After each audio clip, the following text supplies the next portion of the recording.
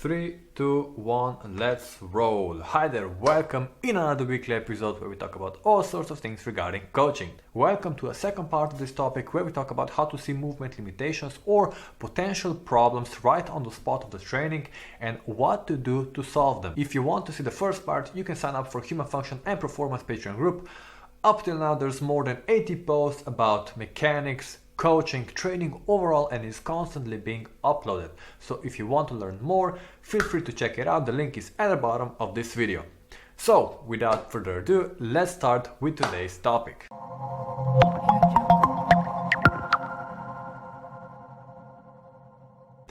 Previously, we talked about what to do if we have shoulder limitation in flexion and what to do if our plank looks saggy and we don't feel abs at all. This time we will take a look what to do if our squat looks hingy and what to do if we have this nagging pain in the middle of the back. But before we go and talk about our squat, we at least need to have this visual representation of what is the difference between a squat and a hinge. Very simply put, in a squatting pattern, hips should travel vertically. In a hinging pattern, hips are traveling back. So if our intention is to squat, our squat should be squatty and not hingy. In order for us to squat, sacrum needs to counter-nutate to create space at the back side of the body.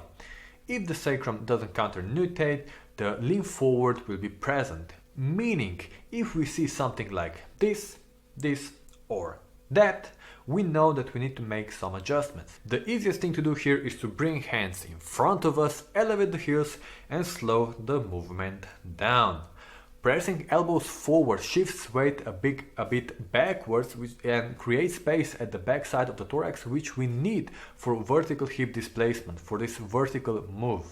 The same thing applies for elevated heels that sort of delays us. If we're able to sufficiently descend but not ascend without pelvis overtaking the action, we can sort of reduce gravity and use and implement elastic bands. This sort of lightens us up so we can really focus on pelvis so it does not overtake the action. The next step could be to add a box squat or a goblet squat with the pulse at the bottom. Slow it down and keep in mind that the more weight is at the back, like for example in a back squat, the more forward we're gonna go, the more lean forward we're gonna get. To get to know more about squatting, you can check this episode right here. The next thing we're gonna take a look is what to do if we have this weird pinch in the middle of our back. First, we need to have some sort of understanding why this could potentially happen. Our thorax and pelvis are like balloons. They can inflate and they can deflate. They can expand and they can compress. If our back is in a deflated state, the inflated state will probably be at the front side. So muscles like erector spinae, lats, rhomboids, traps, and so on, and other muscles will be in a concentric state, and this can trigger this weird middle back pinch. The most logical thing to do here is to release some tension, to stretch it out, to expand, and put activities that promote this back compression a bit to the side.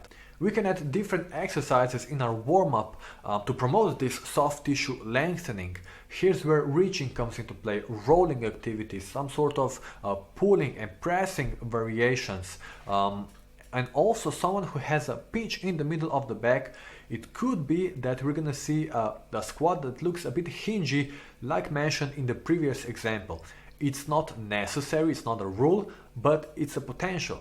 We just need to keep in mind that in general we want to go back and not so forward. Deadlifting, back squatting, bench pressing and other activities that promote this arch will not allow us to do that. And with that in mind, we have come to an end. Thanks so much for watching this episode. If you want to know more about training, if you're searching for answers for your or your client's issues and you're not getting the results you want, join Human Function and Performance Patreon group for just 1 month, but I guarantee you, you will stay much longer. Thank you again for watching. Stay positive, strive for more, and see you in the next one. Bye.